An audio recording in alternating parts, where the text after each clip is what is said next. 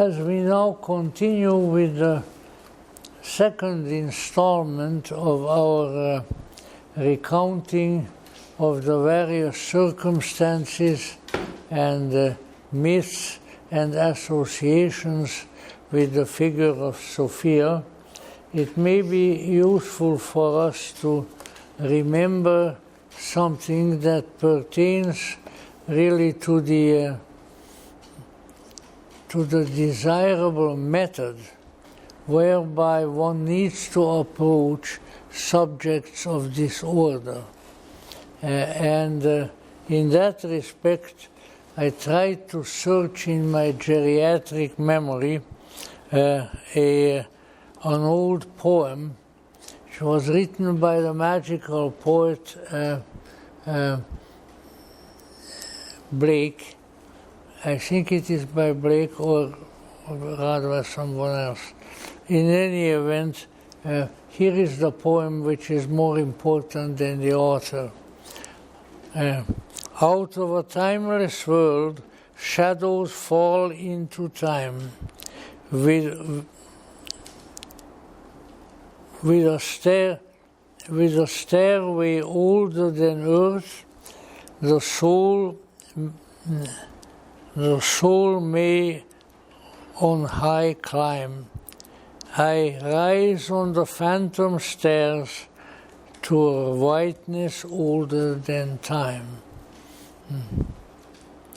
Now, what is indicated here, that certain subjects that we may come across in this world require a special method, and that method is a method of consciousness in order to be properly approached and apprehended. This is a difficult task in our world because, as the great psychologist C.G. Jung had pointed out, we are an extroverted culture. We seek data, which is a more recent obsession, and facts. And we cannot see beyond them. Yet it needs to be remembered that in the testimony of the ages, facts are the least important things that we may address ourselves to. And that beyond facts, there lies something else. And it is that something else that if the journey is properly undertaken, we may climb by the phantom stair to the whiteness older than time. Professor Gilles Quispel, the great Gnostic scholar and associate of Carl Jung, defined the Gnostic myth once. I think that I remember that one. That definition is in the series Man, Myth and Magic. He said that a Gnostic myth is an experience which then has been turned into myth. Now that leaves us in maybe a very peculiar condition, but yet a very important one, because at the beginning of all truly important things, at the beginning of all things that relate to the soul, to the spirit, to the greater world of transcendental experience, there is just that experience. We need to realize that the realities of life need to be experienced. They don't need to be thought about. They don't need to be, perhaps don't even need to be excessively felt, but they need to be experienced. And in order to have that experience, we have in some mysterious way, which the poet here calls the phantom stairs, we have to make contact with what we are experiencing. We have to come to it. We have to enter it. We have to be in intimate association with what we are seeking. When that intimate association occurs, then it will be possible for us to relate to it in various ways.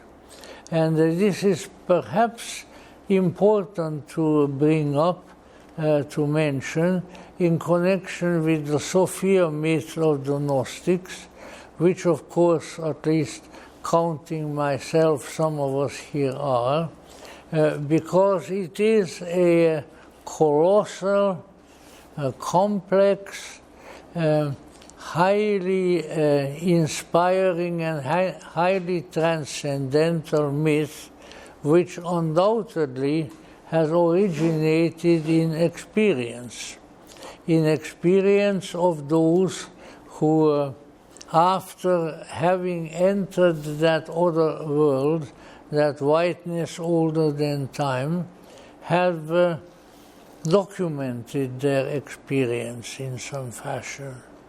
And this is the truth with all mythic realization.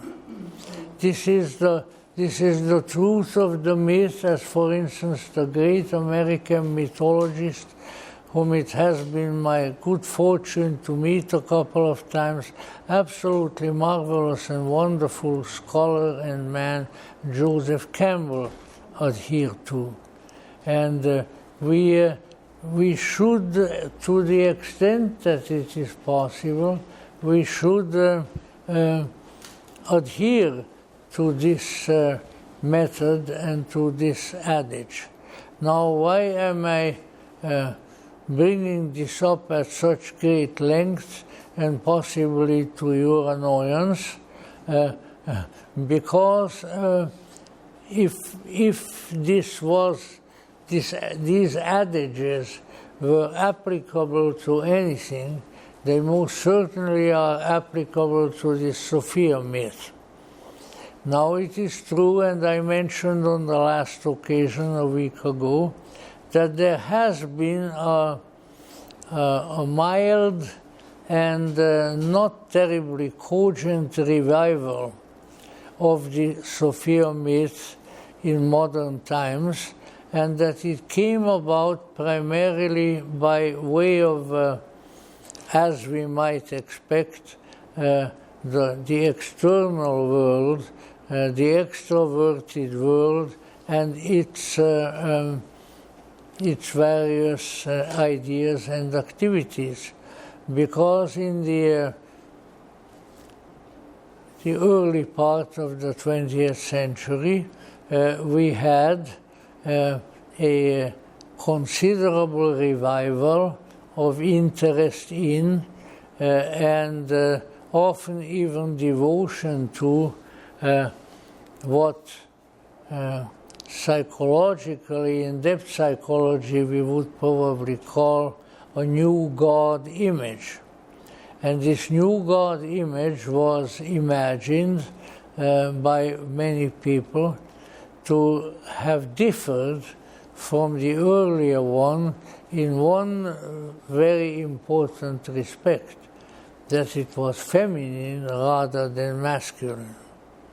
Now, that being the case, let's say all kinds of developments took place which have tried to illuminate the subject, but probably more often than not have muddied the subject as well.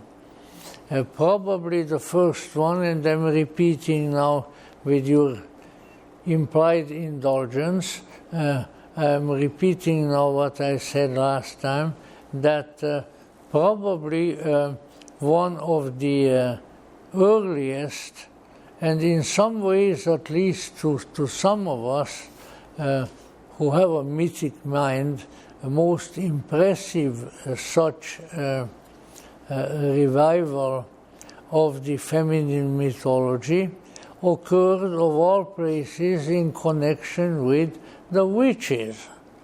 And now there is always some problem there, because you have to, when that happens, and now I'm really going to say some silly things, so prepare yourself, that when something comes up in connection with the witches, then you have to somehow discern which is which. Yeah.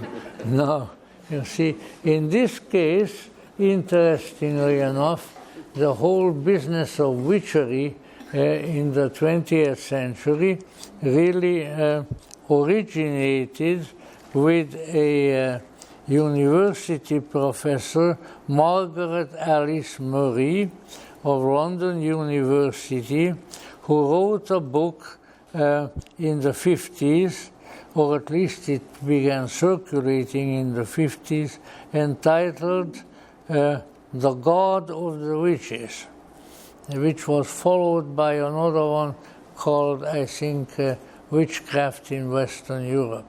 Now, Professor Murray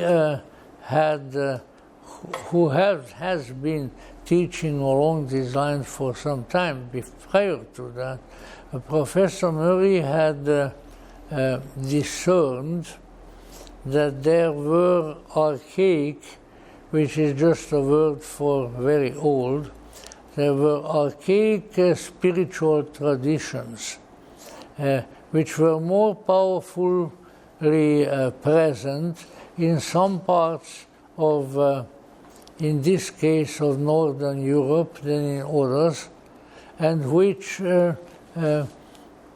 concentrated, at least in part, around a feminine goddess figure and an entire very, very old and primitive mythos organized around her.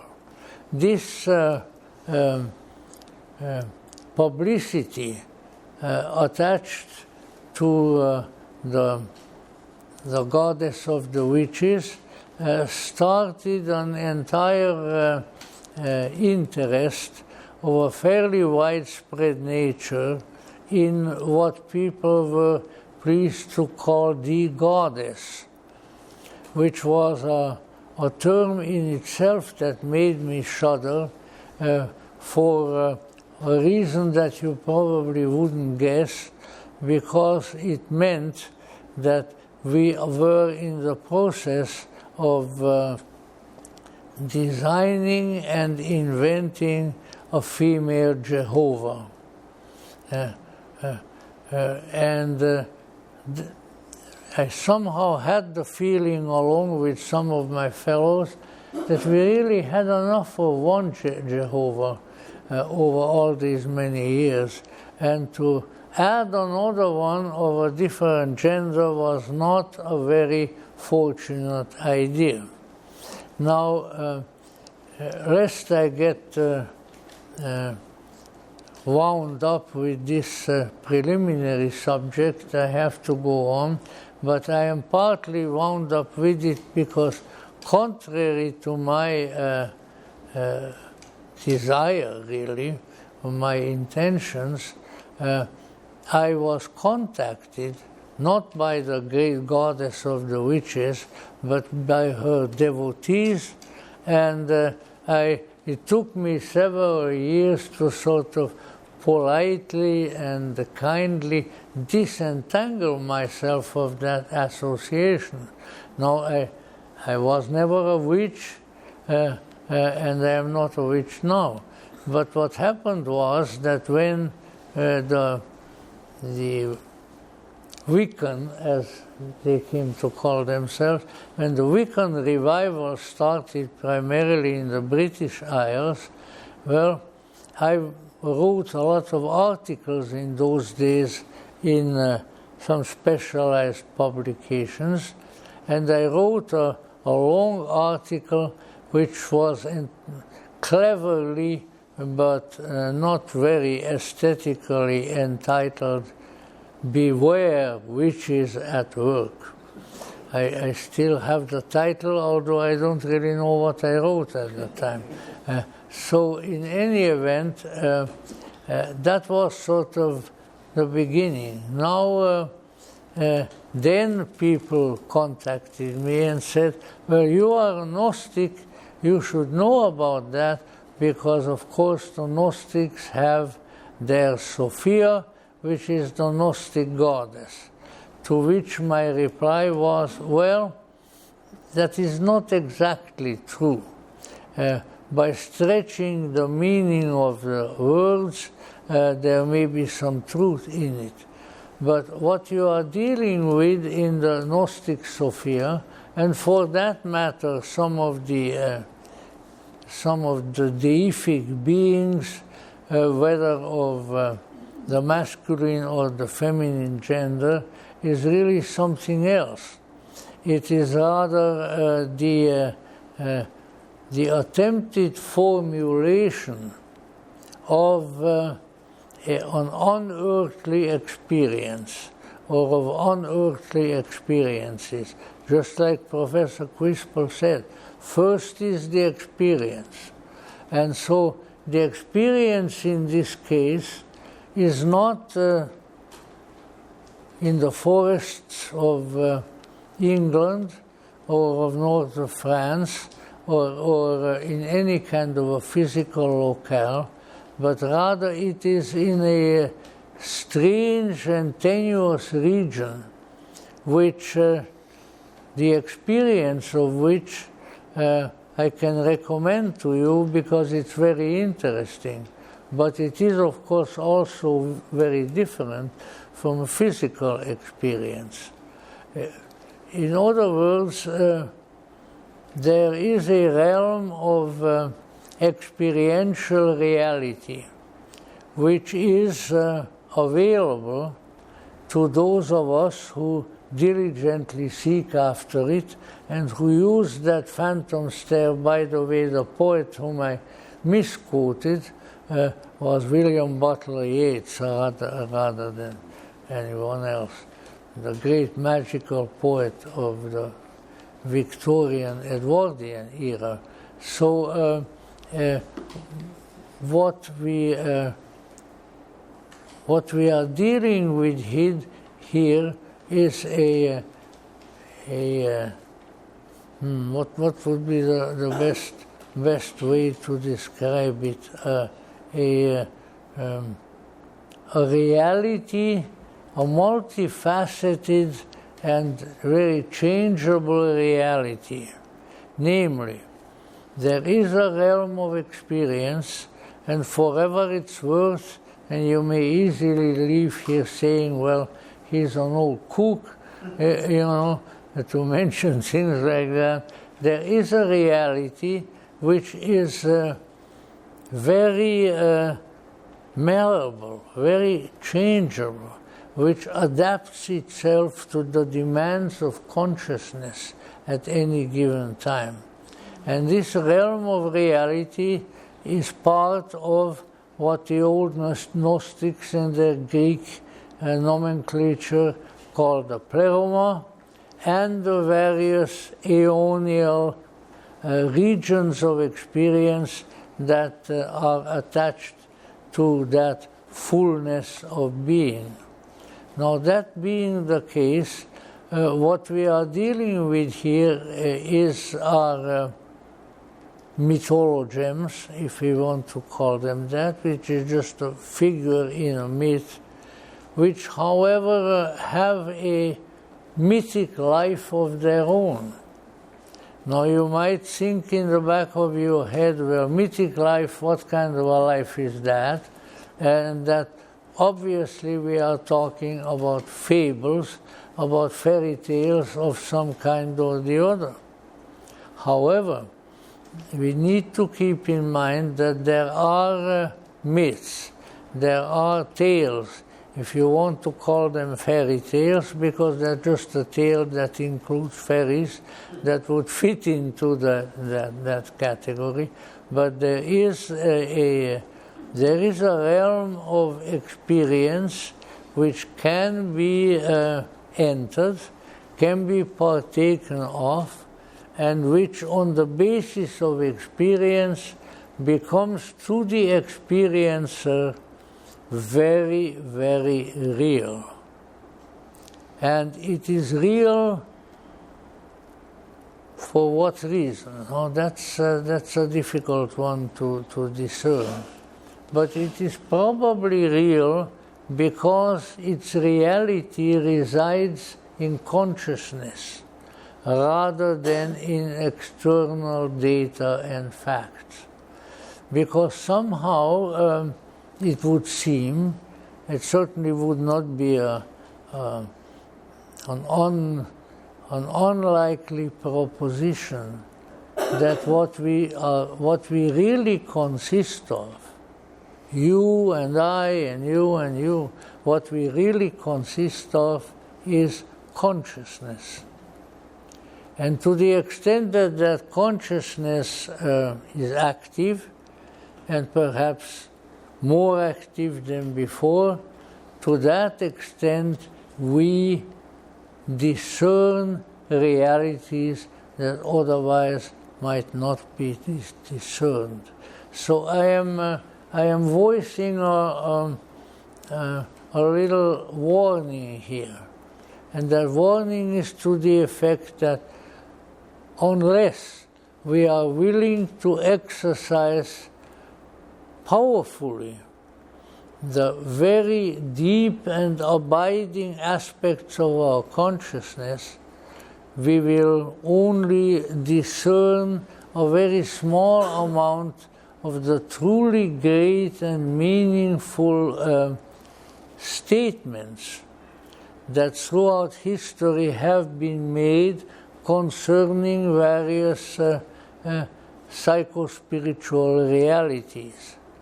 The more keen our consciousness, the more affinitized it is to the unusual, the more affinitized it is to the spiritual, the more we will know. Because the amount of gnosis, the nature of gnosis, which is just Greek word for knowing, depends on that. Now, this being the case, we need to keep in mind that the Gnostic cosmoconception, as somebody called it, the Gnostic conception of universal being, has always included entities, beings,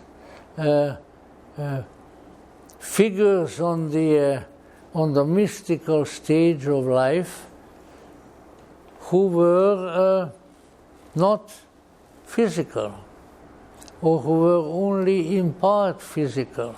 And why is that? Because there are really separate realities that we can experience in this world. We can experience, as I indicated before, the physical reality, the world of facts, the world of data, and then depending on our inclination and perhaps our nature, from there we can step to another one, which is no longer the world of facts, but rather it is the world of feelings. What in earthly reality is the sensate function, eyes, ears, and so forth, becomes another function, a function that is filled with feeling. And these feelings then in turn translate themselves, depending on the intensity of our feelings, they translate themselves into imagery, into realities of a different nature. And this works into the whole issue that we started out with, which is the issue of deity. male deity, female deity, deity that wears the garb of ancient Egypt, or the deity that wears the garb of the Hebrew prophets, or of the Magi of Persia. They are all there. And it depends on our consciousness and its particular perception as to how we approach them and how much of that we can absorb. Now, this being the case, it so happens, and don't ask me why, but it so happens that from the beginning of human history, as far as we are able to discern, there were perceptions of an interaction with personages, beings, entities, whatever we wish to call them, of a different kind from our own, and who nevertheless exhibited two of the characteristics that we, in spite of politics and things of that sort nowadays, that we experience as masculine and feminine. I'm not even saying male and female, but masculine and feminine. Now, that being the case, we need to keep in mind that then human consciousness, when it formed, once again, which I think that is an expression that originated with Jung and some of his disciples, when we form what is called a God image in psychology, imago Dei in Latin. When we form a God image, we form it in accordance with our own powers of consciousness, particularly a power that way back in olden days in Latin was called imaginatio, and that we still call imagination. We have an image-forming capacity in our consciousness. And this image-forming capacity will create the appearance, the imago, of the various non-physical beings and realities that we may encounter. That is why, if you should have the dubious privilege of encountering ghosts, let's say, ghosts of the dead, the manner in which they are going to appear to you will be largely due to you exercising your imagination in particular way. In other words, there's a lot of talk about spirits and ghosts and nature spirits and fairies and gnomes and whatever, but the manner in which we perceive it, the manner in which they will come to us, will be a combination of our image-making faculties and of their intentionality, and has to be regarded as such. And if we kind of keep that in mind, then our perceptions, our interactions with the worlds that are ordinarily invisible to us will be greatly vivified and greatly enhanced. Now, all of this longer folder here I am putting forth because I am suggesting that these are the factors that we need to bring into the picture. These are the faculties that we need to exercise when approaching the figure of Sophia. Now, we have mentioned in our first discussion, and I can very quickly repeat it now, that of course our images of the strange realities that dwell beyond the physical are connected with our consciousness, but nevertheless they're real. And they are so real that they have a personhood of their own. You know, have you ever reflected over the meaning of what person, the word person means? It comes from the Latin persona, through which the voice comes. And it had to do in part with the masks that people wore in the classical Greco-Roman theater, and which we have still inherited, especially in our glorious Hollywood, with the two masks of the theater. One of them with the mouth turned downward in a rather unhappy grimace, and the other one with the mouth turned upward with a curious but still discernible smile. So now what do we have here?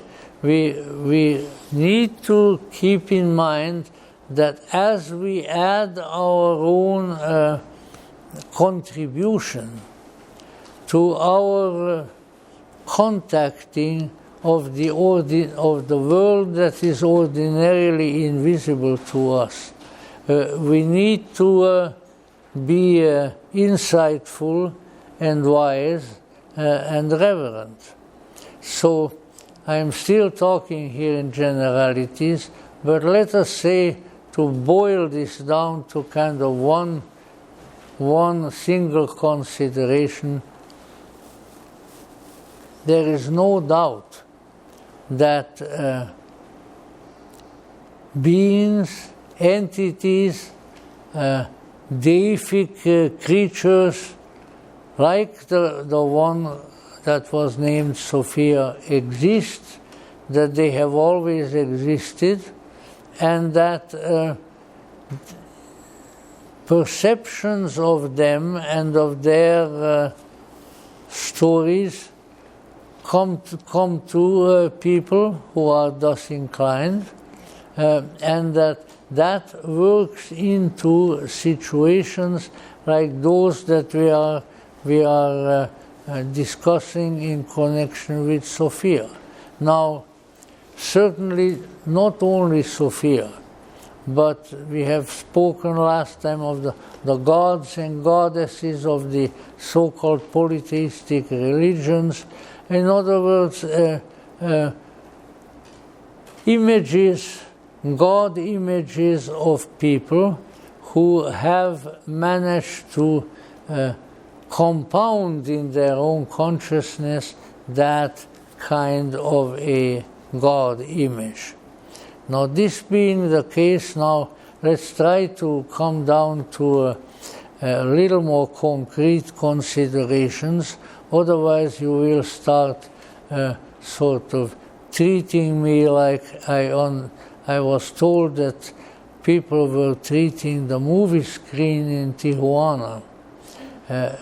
When the audience in Tijuana, at least at that particular time, didn't like what was on the movie screen, then they picked out of their pockets and out of their bags various things, pieces of tacos, pieces of tortillas, half-chewed food, and threw it at the screen. And so after a while, and this was told to me by a pretty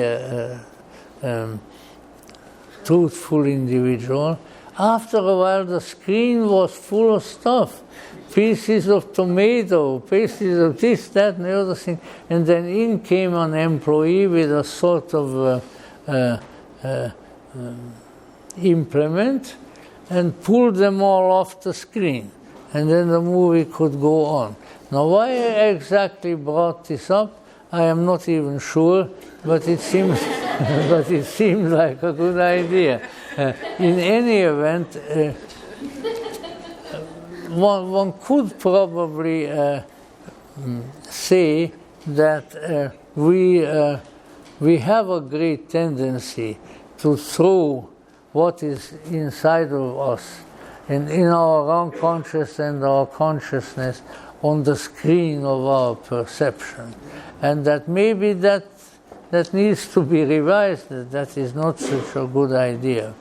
But let us say the testimony of the ages, all kinds of historical periods, all kinds of cultures and countries and so forth, all bear the testimony is there indicating that there is a vast realm of experience which is not of a physical nature, and that the main obstacle to our interacting with that reality is that we have simply decided that what is not physical is not real. And that is an unfortunate decision. That is a decision that should be abrogated, because we are depriving ourselves of all kinds of experiences which really could redound in many ways to our benefit. Now, with all of this long introduction here, let's try to come down to a more concrete example. Let us say there is a realm of experience, various facets of which have been experienced by all kinds of people. And in this realm of experience, there are beings, there are entities. And these entities in turn can be experienced by us, especially if we approach them with anticipation, with excitement, and with goodwill.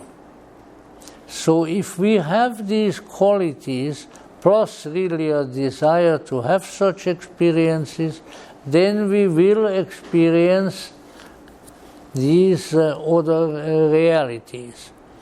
And as to how many they are and what they are like, we could be here not only all the rest of the night, we could be here all week, we could be here till the rain comes again, we could be here till the earthquake comes again, we could keep going on.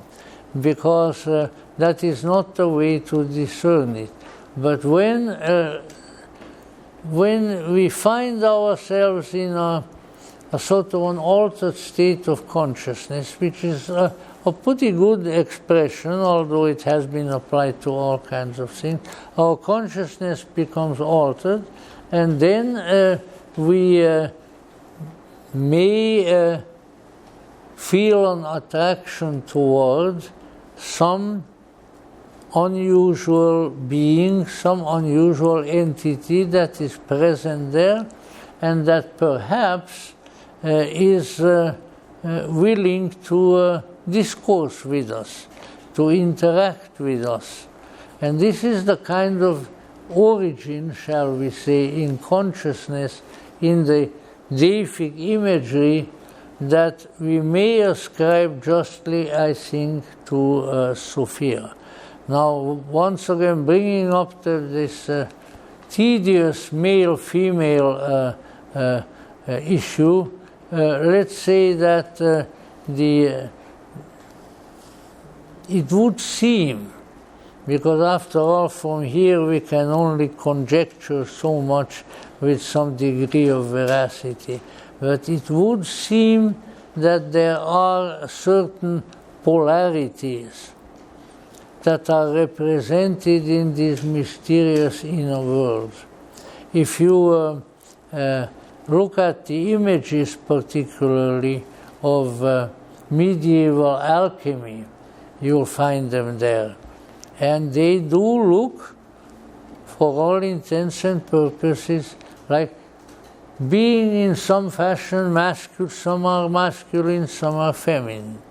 The salt and the sulfur, the sun and the moon, the mercury, all of them, they are mysterious entities, but they somehow also have a relatedness. I won't use the word gender, which is becoming bandied about so badly at the present time, but I think they have qualities which make them belong to a particular polarity. And that is why we can speak of gods and goddesses as the Romans and the Greeks and the Egyptians and the Hindus and all kinds of people who ancient Persians always had, because there are these polarities there. When we translate those polarities into the categories of our consciousness, then they appear or they are disguised as masculine and feminine. Now, all right, that being the case, somewhere, somehow along the line, probably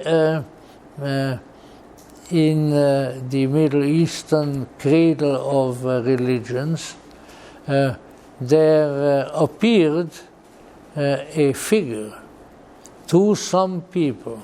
Some people had experiences with a figure which appeared feminine to them, and who in turn had the qualities manifest to them of extremely great and effective wisdom.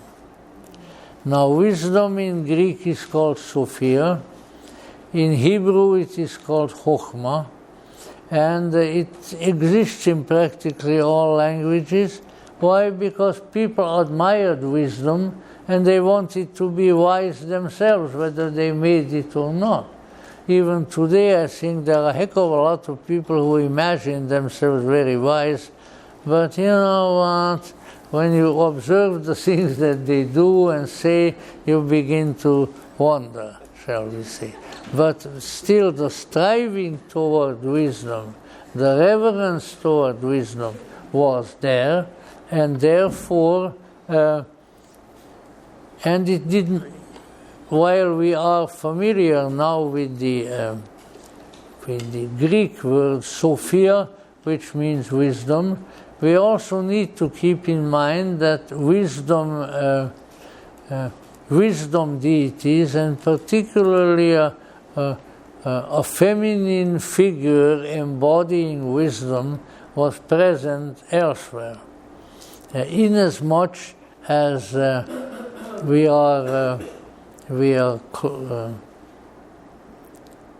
spiritual descendants, as Harold Bloom said, we are all children of the Greeks. So certainly the Greek example of the Greek wisdom goddesses like Minerva and others stand there. But we also need to admit, whether we are Greekophile or not, that other nations with their spirituality also had that, and maybe in a somewhat different way.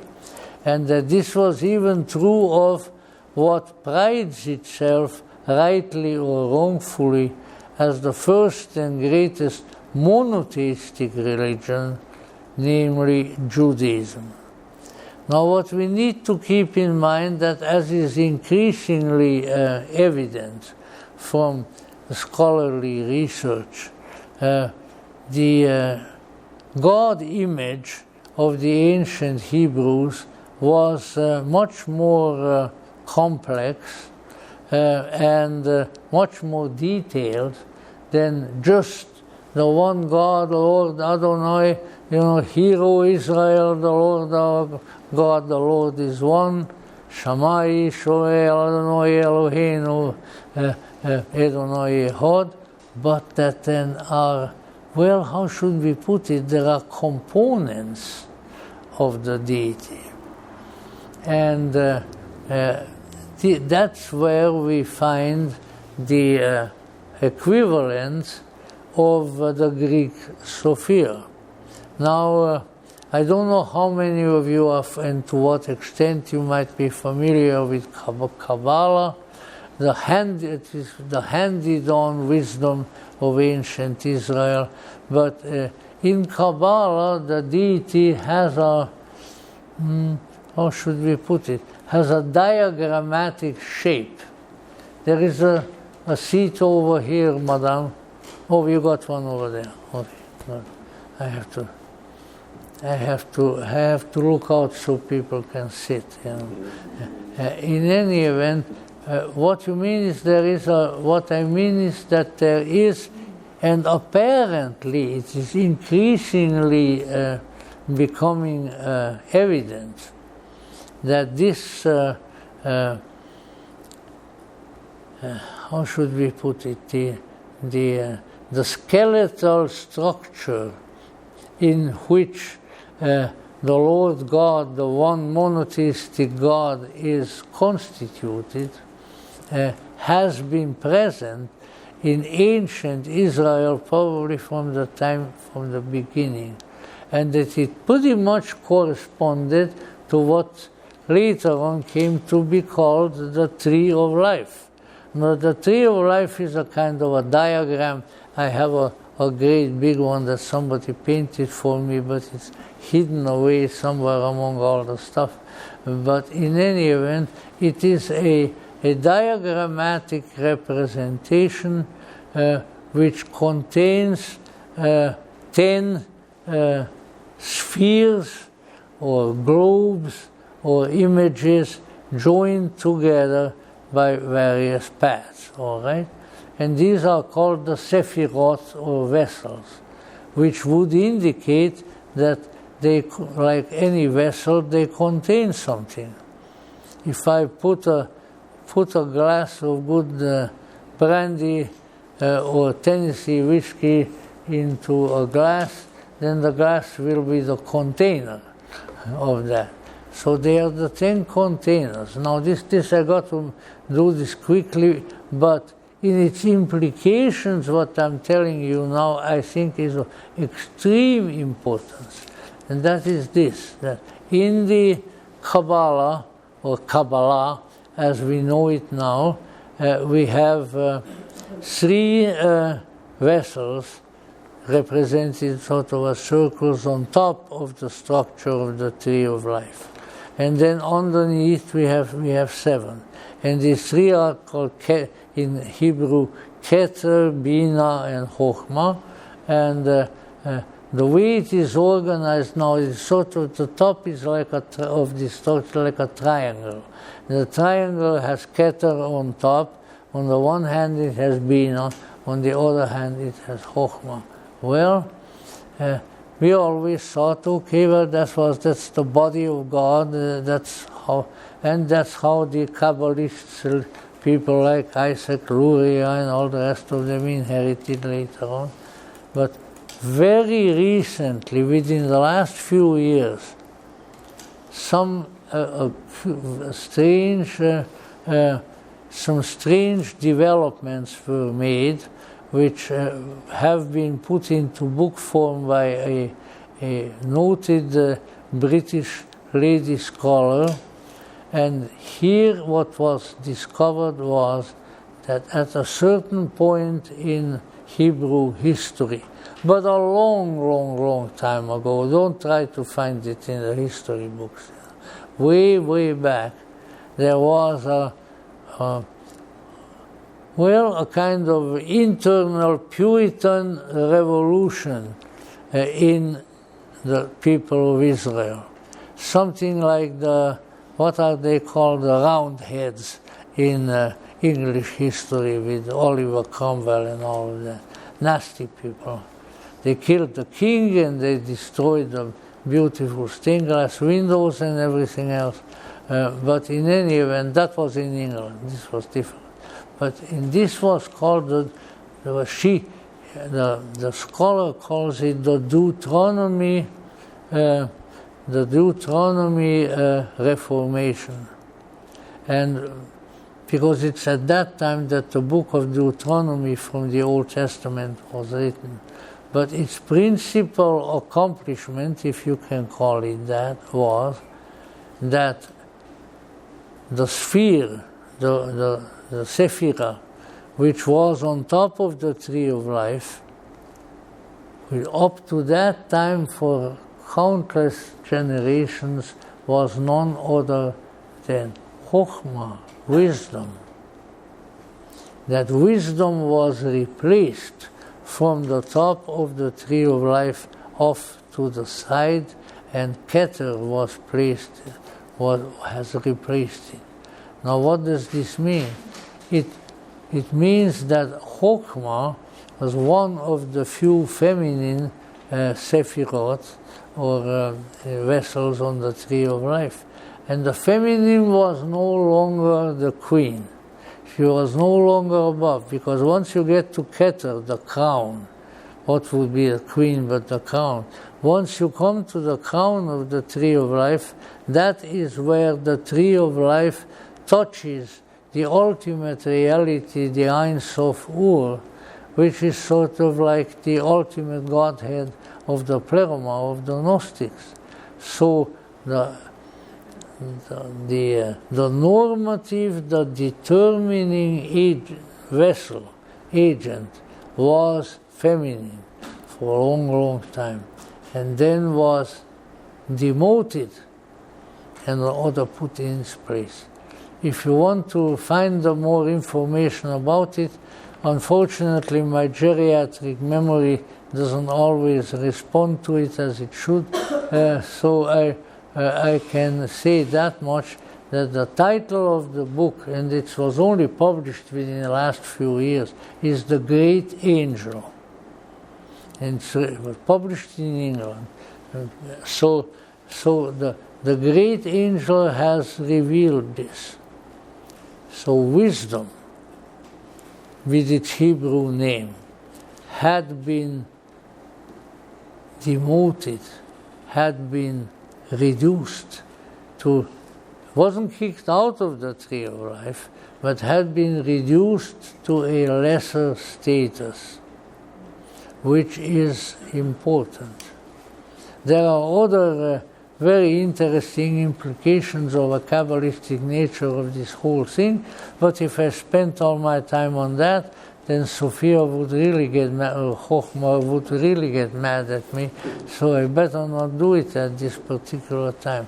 But let's say a change in the theogony of the Hebrew tree of life, which was there already in a form. It was probably a little different looking from the way it has been drawn later on, was there, and the change was extremely great importance.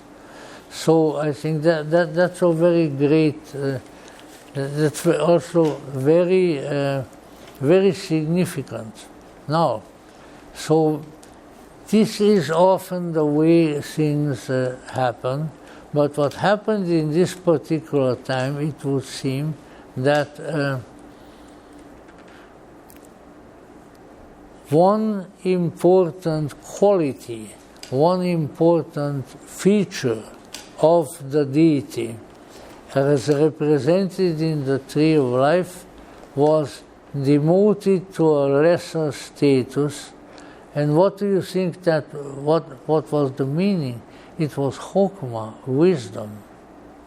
So if it occurred to you occasionally, when reading the Old Testament or the Talmud, you know, various things, that, you know, this God, it all comes right down to it.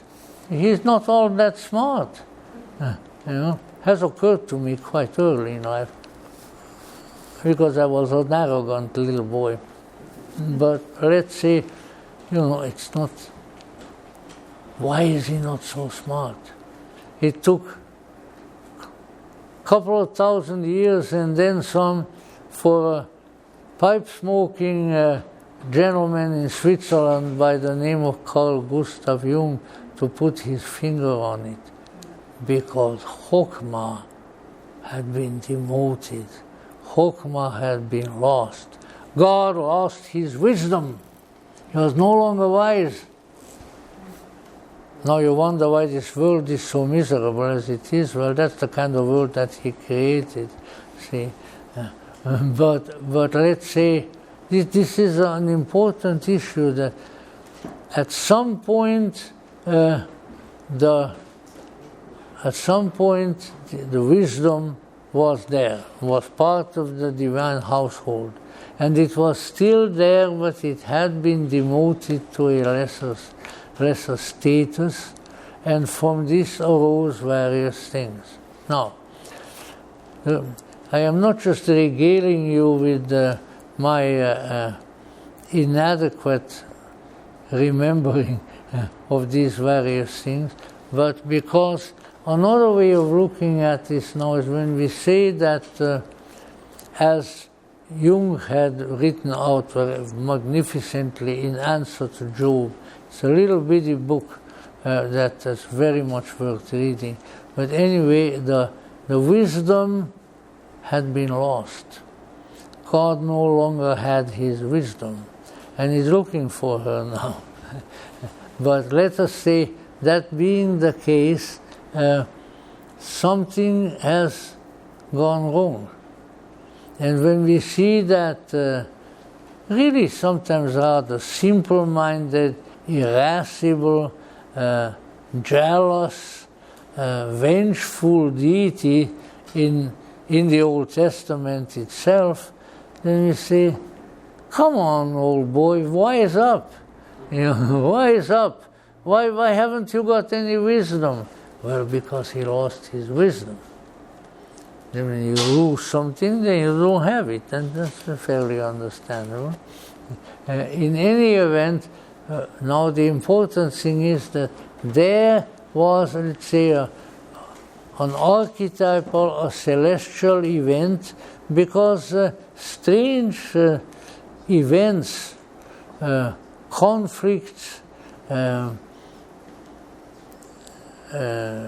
reconciliations, all sorts of things of that sort are mentioned in all the myths of the Gnostics of the great Pleroma. There is the demiurge and all of those things.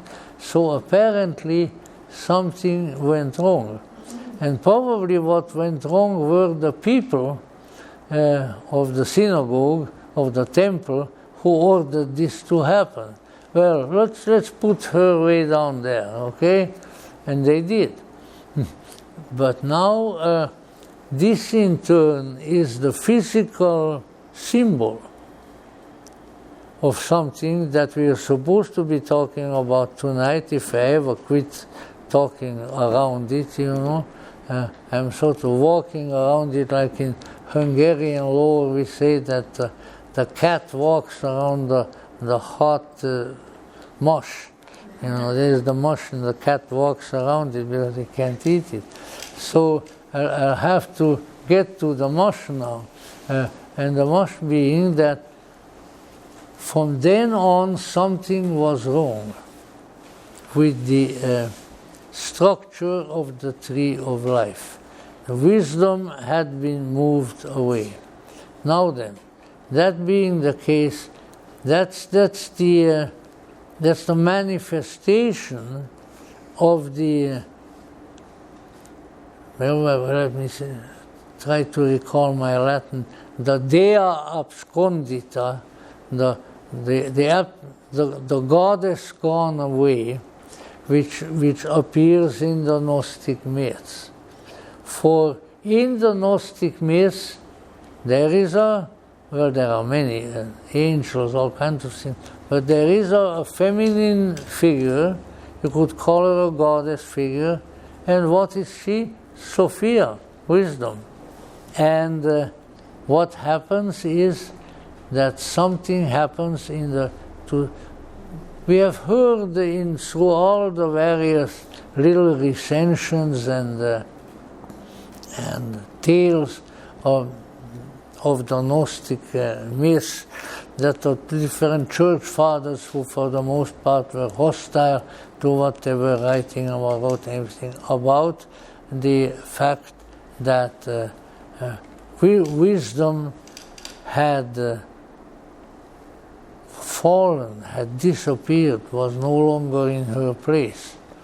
And then as time went on, and by that time the Gnostic systems were greatly developed, and somebody, possibly the great Valentinus himself or one of his disciples, wrote a large and extremely beautiful and informative book.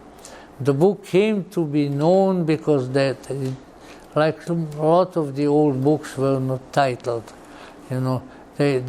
People came to call it Pistis Sophia, Faithful Sophia. And this book is a great myth. It's the great myth of Sophia. So it's a huge book, and I would have to keep you here all night to your great discomfort if I were to recount all of it. But what the format, the mythic format, just like in the ancient myths, there is some storyteller, somebody who is playing on the lyra or something like that, singing about the ancient heroes. Here we have the time after the resurrection of Jesus. He assembles on Mount Olive with all of his disciples, male and female, and some others, and he tells them the story of Sophia.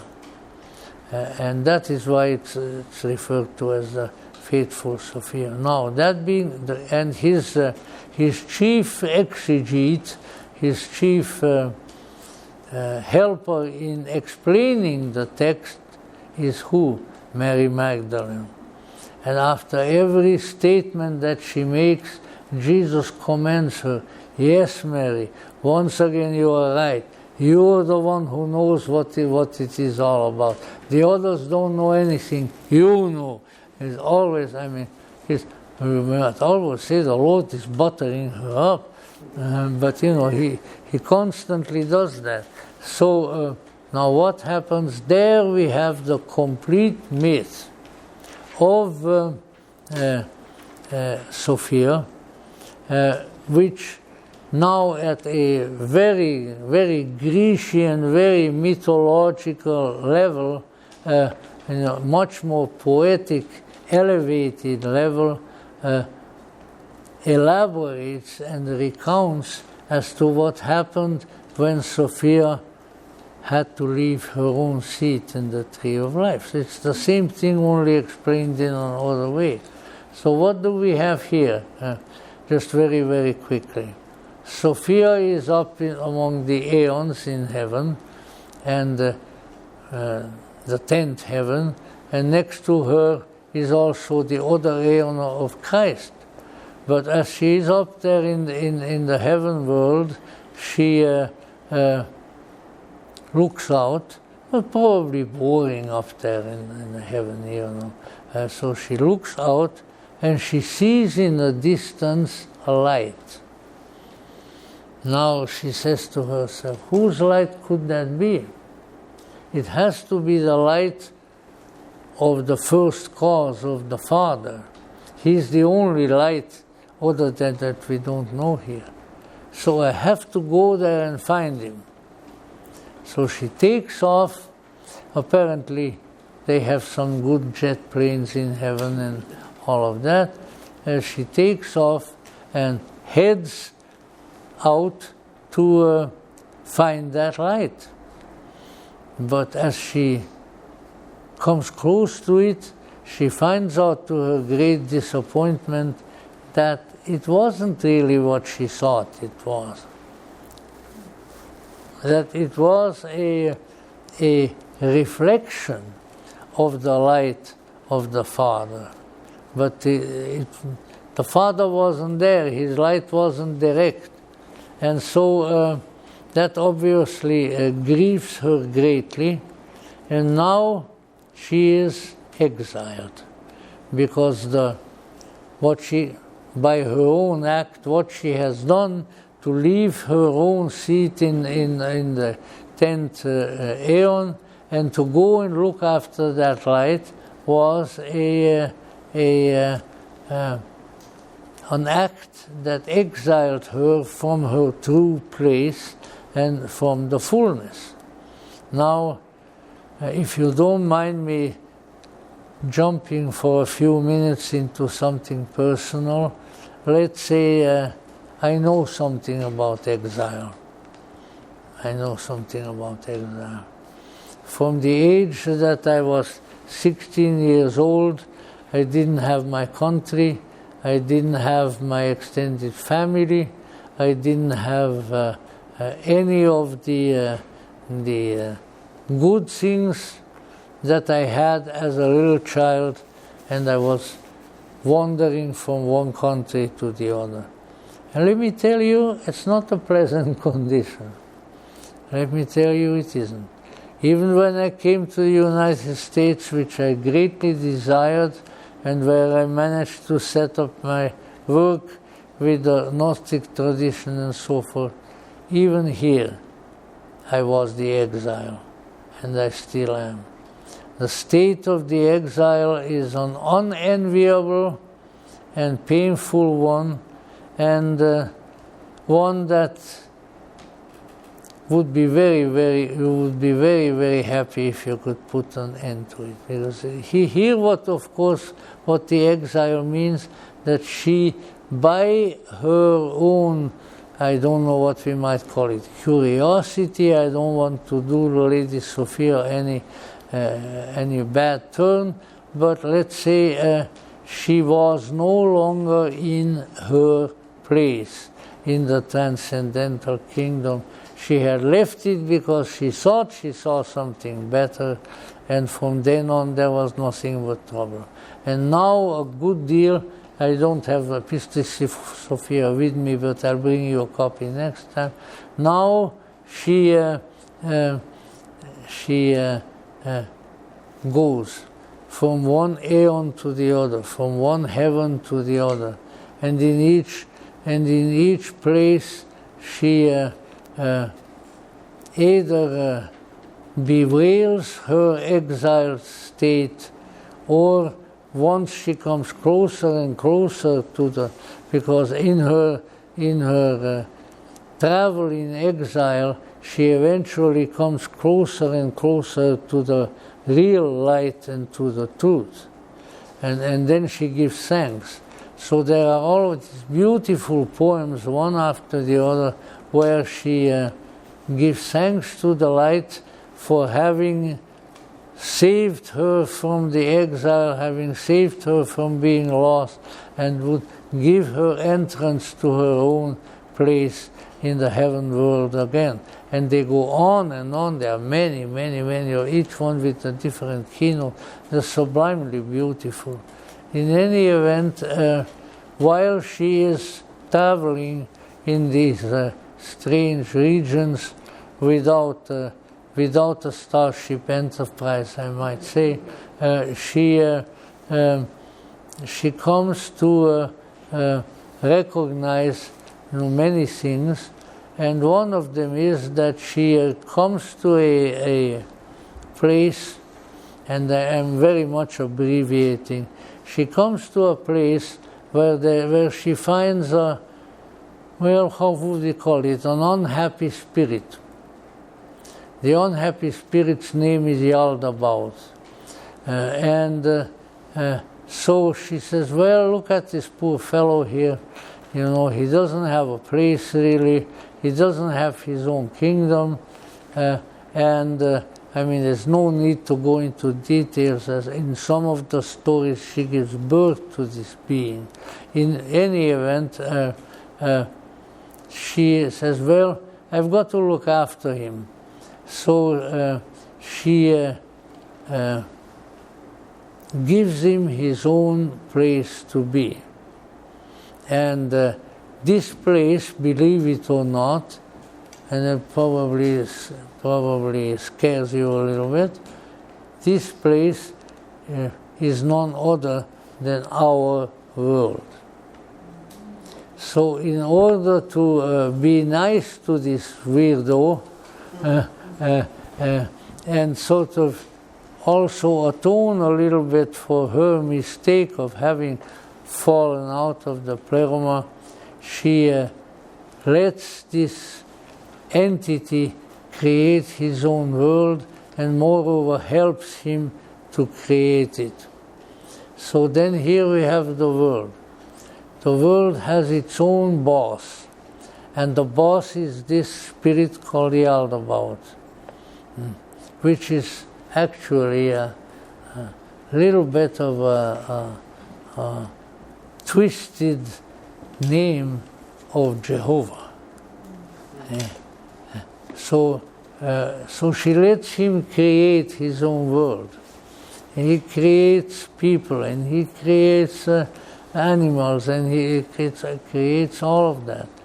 And then there he is, and since she was responsible for starting this whole business, she also feels responsible for it. And this is also interesting. So she says, well, I can't leave Yaldabaoth and his imperfect creation alone, because I was responsible for placing him there. So I have to be around and to instruct him some and try to help him to get right. And so she is there, at least for a considerable time. There are all kinds of details, it's a very detailed myth. Some of it is even that there are difficulties. One of them is people are there too, because Yaldabaoth created people. Now how to handle all of these creatures that this imperfect, not very smart, but extremely power-hungry spirit, whom she has somehow brought there, had brought them into being. This is a considerably difficult task. And one of it is, for instance, that she creates a special heaven for the people who lived in this world, so that they would have their own nice place. And then when they have been there long enough, and when they have gone through all various processes here, then they would be allowed to come to the Father's heaven. So there are all kinds of interesting elements of this sort. In any event, what we have here is another creation myth. And the creation myth is not to the effect that there is this very wise Jehovah in the garden, who doesn't like talking snakes and all that sort of thing, but rather that with Sophia's condescending kindness, a creator has been created who then creates. He's powerful because he has some of Sophia's power in him, but he's still separate from Sophia, and therefore what he hasn't got is wisdom. So the creator and the manager of this world is not very smart and certainly not very good. Now when you tell this to Reverend so-and-so in the fundamentalist church, I have a feeling that he's not going to be very happy. And so there is a God of this world, and he is not much of a God. He is a God to the extent that he can create things, he can do all kinds of things, but he is not wise. And if he were wise, then he would be good, because in the Gnostic system, wisdom and goodness are very, very close together. If you have wisdom, you will learn how to be good. If you don't have wisdom, you will never learn how to be good. So these virtues are interconnected.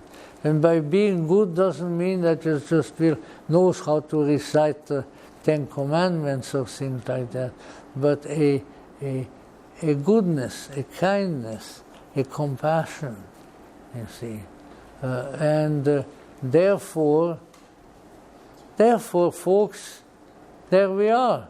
Here we are sitting in the Aldebaut's world, and now and then we get glimpses that, beyond the forces, let's just not personify them now, beyond the forces that created this world with all of its weirdness, with all of its cruelty, with all of its peculiarities, beyond that there is an ultimate reality that is truly good, that is truly wise, because it has associated with it the wisdom, the Sophia.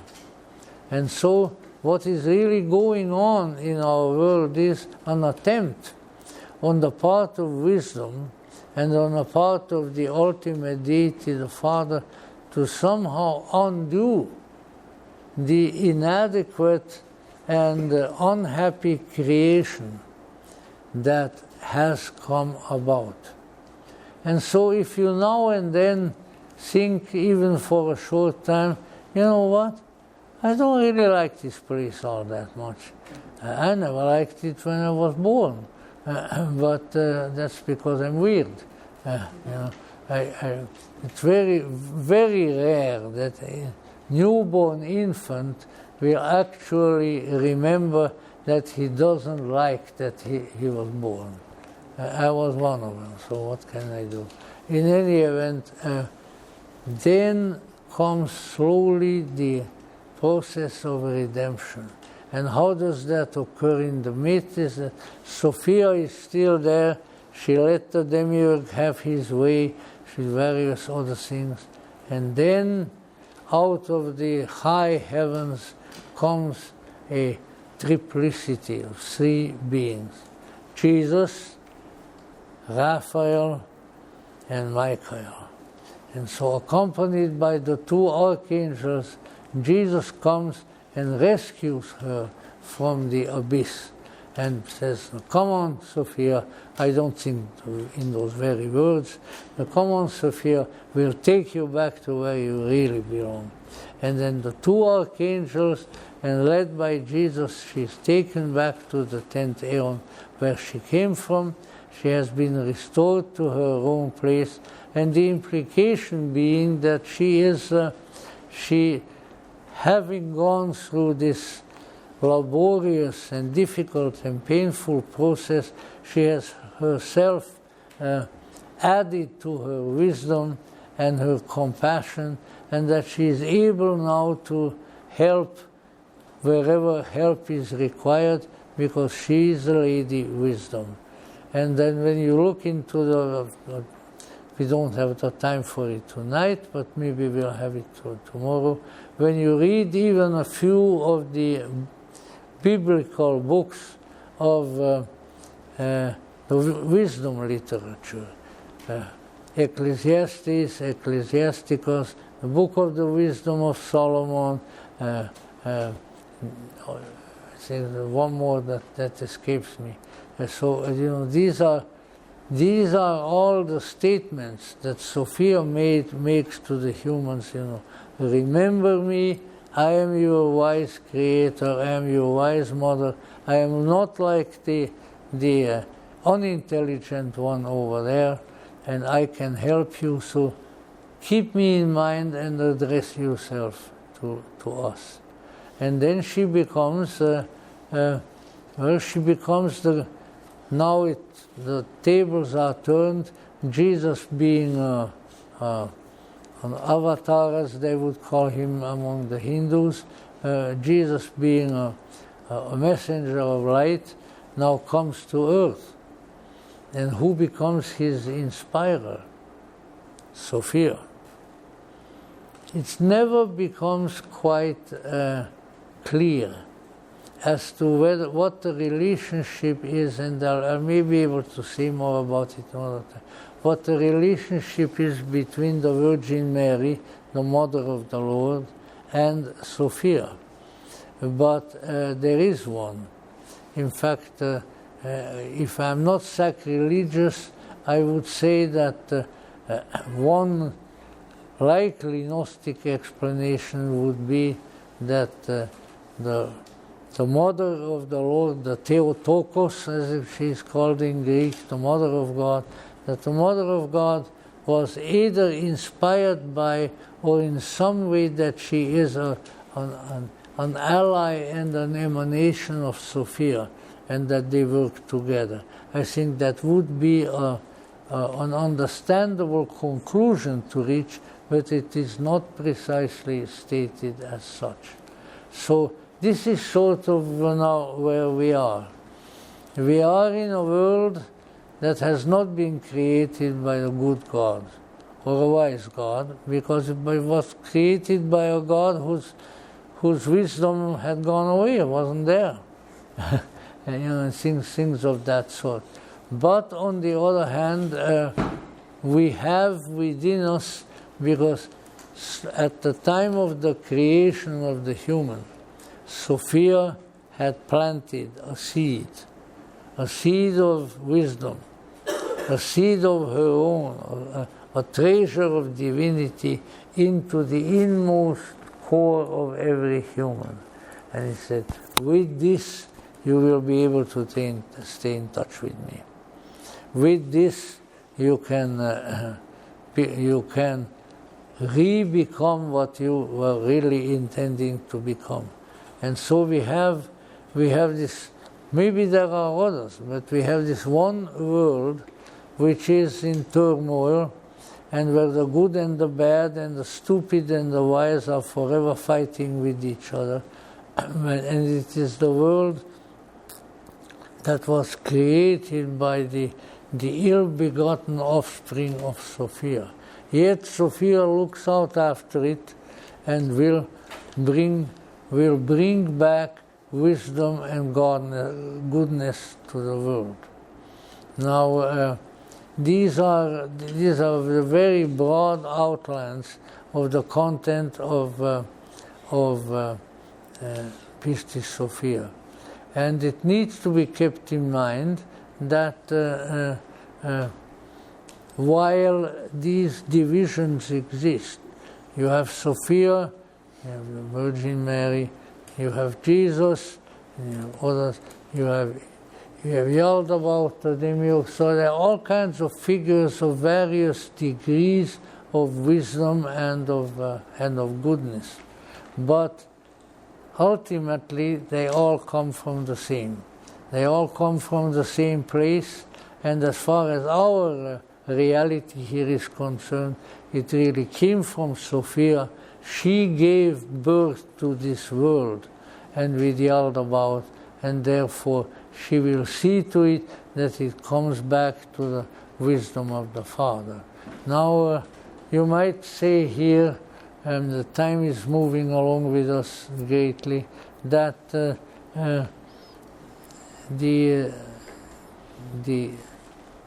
why are all these curious divisions? Why is there a Sophia and why is there a Yaldabaoth? Where is this and why is that? Why are there so many strange entities of different dispositions, and yet they all in some mysterious ways ultimately serve the one? And I'm reminded there, I don't know whether this memory is appropriate, but I'll say just the same, of a Tibetan story. And this Tibetan story was to the effect that there is a disciple who very greatly wants to see the Buddhist Sophia, who is Kuan Yin, or in China, Quan Shai in Japan has another name, and really wants to see Sophia. And he goes to a wise Lama and takes instruction. Lama tells him, you recite these prayers, you do this, you go home, you do that for a couple of months, then come back. So he comes back and he says, Lama, I've been doing everything you told me, but Kuan Yin has not come. Oh, well, all right, friend, I give you some more prayers and go home. So he gives it to him, and he's walking along the mountain path in the snow and the ice, and all of a sudden, boom, thunder, and in front of him on the road seated on the tiger, which is what he usually is, sits Manjushri, the most fierce, the most macho of all the Dhyani Buddhas. And he falls on his face and does the pujas, and he says, but Lord Manjushri, I mean, I'm very honored that you came to see me, but it's not you I wanted to see, I wanted to see Kuan Yin. And one Manjushri looks at him and says, and whoever told you that we are not one? So you see, very, very, very Gnostic. What is real at one level is not real at another level. And what you have to strive for is the reality.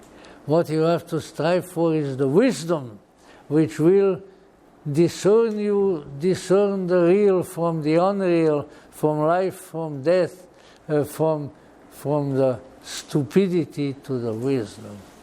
And once you come close to that, then all will be well, and all manner of things will be well. So what you have here is a vast, complex, and yet extremely interesting cosmology within which this wisdom woman who was at the top of the tree of life, who is the chosen wisdom of God, plays such an important role, and who, when properly recognized, properly approached, properly venerated, can do for us all that needs to be done. Now, just one concluding word about the Blessed Virgin Mary, whom, like a Catholic boy, I always revered, and say I have a strong feeling that there is a great connection between the two, because somehow the Theotokos, were it not for the Theotokos, the Mother of God, the Virgin Mary, this world would be in a much, much worse shape. If you look into history, all the blessings, all the good deeds, all the good instruction, all the beautiful visions, all the beautiful healings that have been going on for 2,000 years, always with the figure of the Blessed Mother.